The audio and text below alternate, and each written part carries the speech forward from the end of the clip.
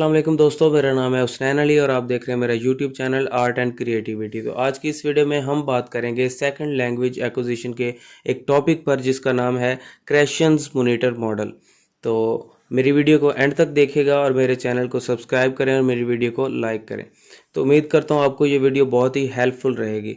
ठीक है, तो एंड तक देखिएगा और ये बहुत ही आसान तरह से मैं वीडियो बनाऊँगा। ठीक है, तो आपको बहुत ज़्यादा हेल्पफुल रहेगी, तो एंड तक देखिएगा। क्रेशंस मोनीटर मॉडल। सबसे पहले जान लेते हैं क्रेशंस कौन थे। इनका पूरा नाम स्टीफन डी क्रेशन था, जो कि अमेरिकन लिंग्विस्ट थे। इन्होंने ये मॉडल सिर्फ इसलिए पेश किया ताकि छोटे बच्चे या न्यू लर्नर्स, ठीक है, जब भी कोई लैंग्वेज सीखें तो वो करेक्टली सीख सकें और उनके अंदर जो भी गलतियां हों वो अपनी गलतियों को दूर कर सकें और करेक्ट तरीके से किसी भी लैंग्वेज को सीख सकें। इसके लिए उन्होंने ये मोनीटर मॉडल अपना जो है वो पेश किया। तो क्रेशंस मोनीटर मॉडल के अंदर स्टीफन ने अपनी 5 हाइपोथेसिस पेश की। हाइपोथेसिस के मुराद आप थ्योरी भी ले सकते हैं। पहली थी एक्विजिशन वर्सेस लर्निंग, दूसरी थी मोनीटर हाइपोथेसिस, तीसरी थी नेचुरल ऑर्डर हाइपोथेसिस, चौथी थी इनपुट हाइपोथेसिस और पांचवी थी अफेक्टिव फिल्टर हाइपोथेसिस। ये पांचों की पांचों बहुत ही आसान है। ठीक है, तो स्टार्ट करते हैं फर्स्ट हाइपोथेसिस से, यानी एक्विजिशन लर्निंग हाइपोथेसिस। इसमें दो चीज़ों के बारे में बात करनी है, एक्विजिशन के बारे में और लर्निंग के बारे में। तो ये दोनों ही बहुत ही ईजी हैं। तो आप सबसे पहले एक्विजिशन की तरफ आते हैं।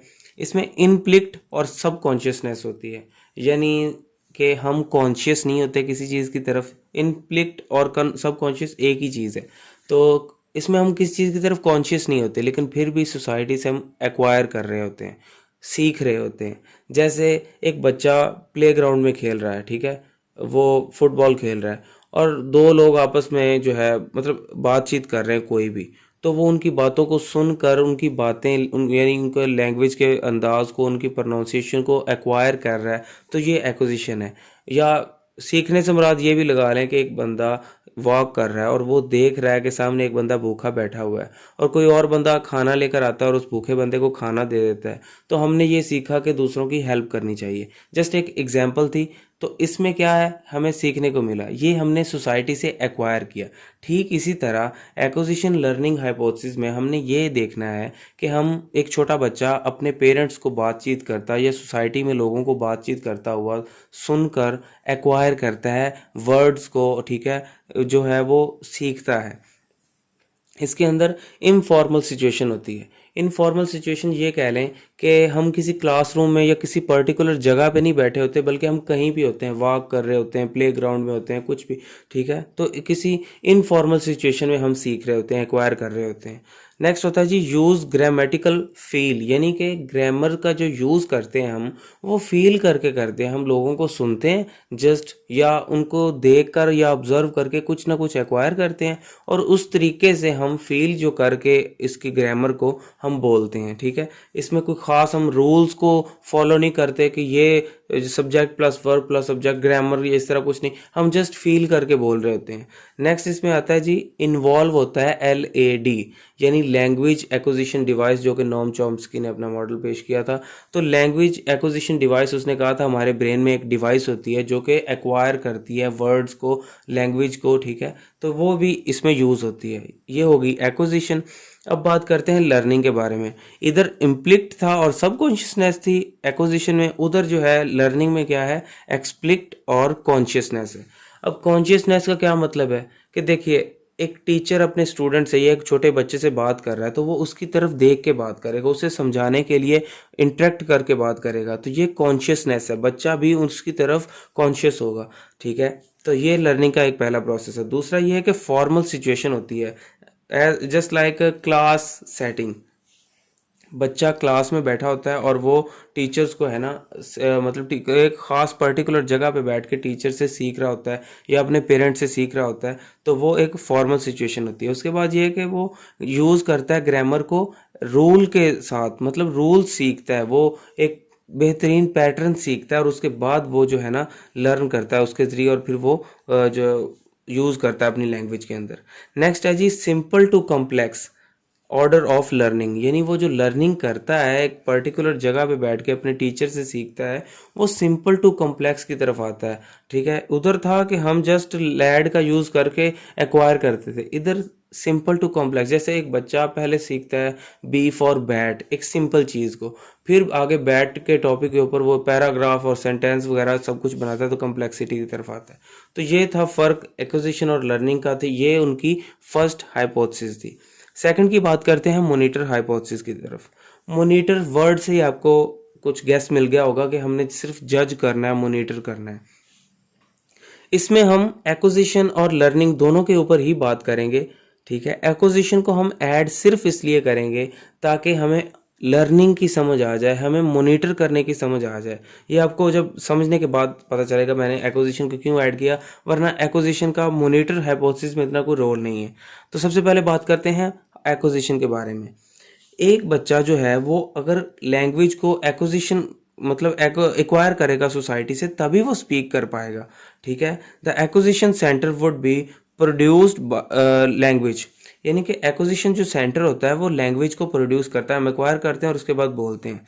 नेक्स्ट है जी, if the output match no problem, यानी कि बच्चा जब सीखता है तो वो क्या है या एक्वायर करता है तो वो उसकी इनपुट है, वो अपने अंदर चीज़ें ले जा रहा है। आउटपुट क्या है, वो जब लैंग्वेज को प्रोड्यूस करेगा, जब बोलेगा, तो वो आउटपुट है उसकी। अगर तो वो आउटपुट जो है वो अच्छी बोल रहा है, मतलब सही बोल रहा है, तो वो उसमें फिर कोई प्रॉब्लम नहीं है। ये तो होगी एक्विजिशन। अब लर्निंग पे आइए, फिर आपको समझ आएगी एक्विजिशन को मैंने क्यों ऐड किया। लर्निंग में क्या है, दो चीज़ें हैं, मोनीटर और एडिट। मोनीटर और एडिट का क्या मतलब है, मैं पहले आपको बता दूं उसके बाद। मोनीटर क्या है, जब बच्चा एक्वायर करता है लैंग्वेज एक्विजिशन के अंदर, ठीक है, जब एक्वायर करता है तो फिर वो प्रोड्यूस भी करता है लैंग्वेज। हमने बचपन में लर्निंग नहीं की, ठीक है। लर्निंग होती है एक लैंग्वेज के थ्रू, टीचर बच्चे को उर्दू या इंग्लिश या किसी लैंग्वेज के थ्रू लर्न करवाते हैं। लेकिन एक्वायर में कोई लर्निंग की ज़रूरत नहीं होती। बच्चा जब पैदा होता है तो वो अपने पेरेंट्स को सुन के एक्वायर करके सीखता है। तो एक्वायर जो है वो गलत भी हो सकता है, ठीक भी हो सकता है। अगर किसी के पेरेंट्स गलत लैंग्वेज यूज़ करते हैं, अनपढ़ है, उन्हें बोलना नहीं आता, वो गलत लैंग्वेज यूज़ करते हैं, तो उनके बच्चे भी एक्वायर करके गलत लैंग्वेज ही बोलेंगे। लेकिन लर्निंग में टीचर्स जो होते हैं वो आपको एक्यूरेट रूल्स सिखाते हैं और सारा कुछ ऑथेंटिक सिखाते हैं। तो मैंने एक्विजिशन क्यों ऐड की, अब आपको बताता हूँ। लर्निंग में मॉनिटर और एडिट किया जाता है।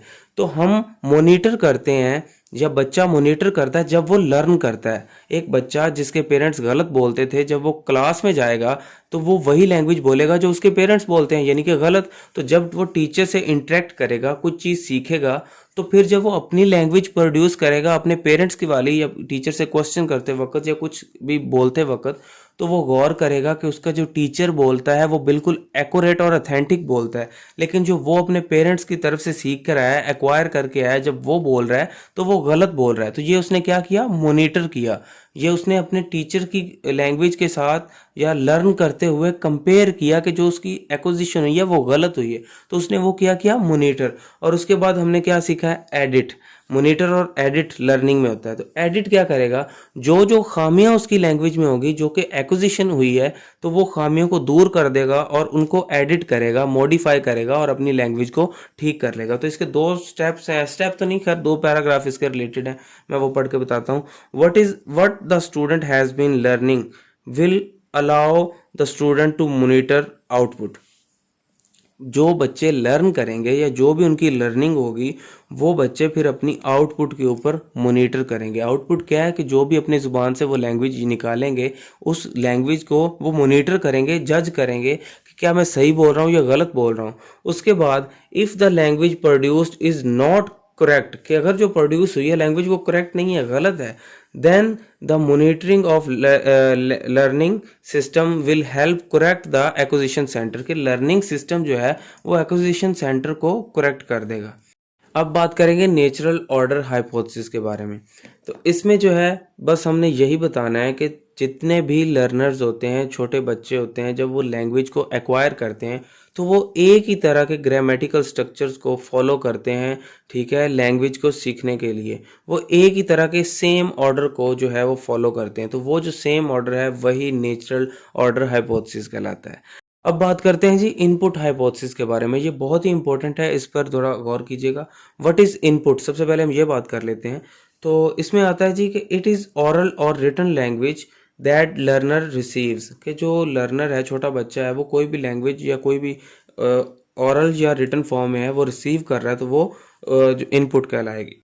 अब बात करते हैं जी कि जो पेरेंट्स होते हैं या जो टीचर्स होते हैं या जो कॉम्पिटेंट स्पीकर्स होते हैं, मतलब कॉम्पिटेंट स्पीकर से मुराद ये है कि जो कॉम्प्लेक्स वर्ड्स का यूज़ करते हैं, ठीक है, उनको अपनी लैंग्वेज या स्पीच को मॉडिफाई करना चाहिए ताकि जो इनपुट है, ठीक है, वो कम्प्रीहेंसिबल बन सके, यानी कि एबल टू अंडरस्टैंड, समझने के काबिल बन सके, अपनी इतनी आसान लैंग्वेज होनी चाहिए, ठीक है। तो इसके बाद मैं आपको बताऊंगा कि इनको क्या क्या चीज़ों का ख्याल रखना चाहिए जिससे जो उनकी इनपुट है वो बहुत ज़्यादा मॉडिफाई हो सके। मॉडिफाइड इनपुट में क्या है जी? मॉडिफाइड इनपुट में ये है कि बच्चों को जो हम सिखा रहे हैं वो मॉडिफाइड किया हुआ हो, ठीक है। फॉर एग्जांपल उसमें क्या क्या चीज़ें रिक्वायर्ड हैं? स्लो रेट ऑफ डिलीवरी, यानी कि जो स्पीकर बात कर रहा है ना अपने वर्ड्स को, ठीक है, पहुंचा रहा है, इनपुट दे रहा है रिसीवर को, तो वो बहुत ही स्लो रेट हो उसका, आराम आराम से बोले, आहिस्ता आहिस्ता एक एक वर्ड को क्लियर करके बोले, छोटे बच्चों को समझाने के लिए। उसके बाद है हायर पिच।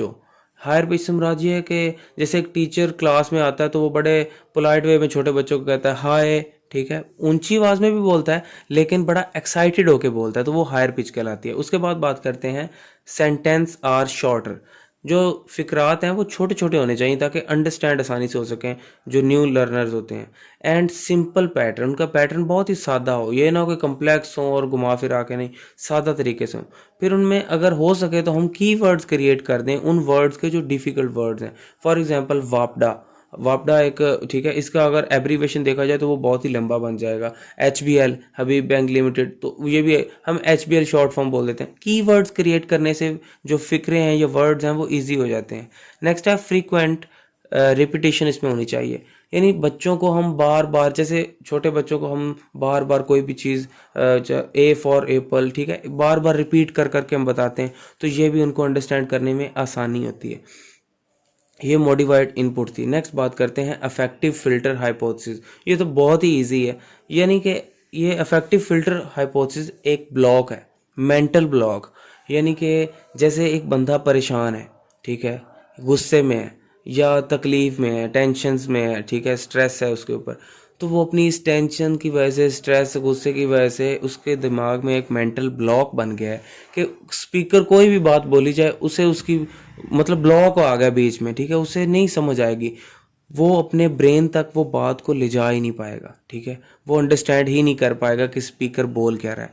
तो हमें क्या करना चाहिए? हमें अफेक्टिव फिल्टर को जो है वो अप नहीं होने देना, डाउन रखना है, लो रखना है, ताकि जो है मतलब स्ट्रेस खत्म हो जाए, ये सारी जो ब्लॉकेज है ना अंडरस्टैंड करने के मामले में वो कम हो, ठीक है। तो मैं आपको बता दूं, अ mental block caused by affective factors that prevent input from reaching the language acquisition device।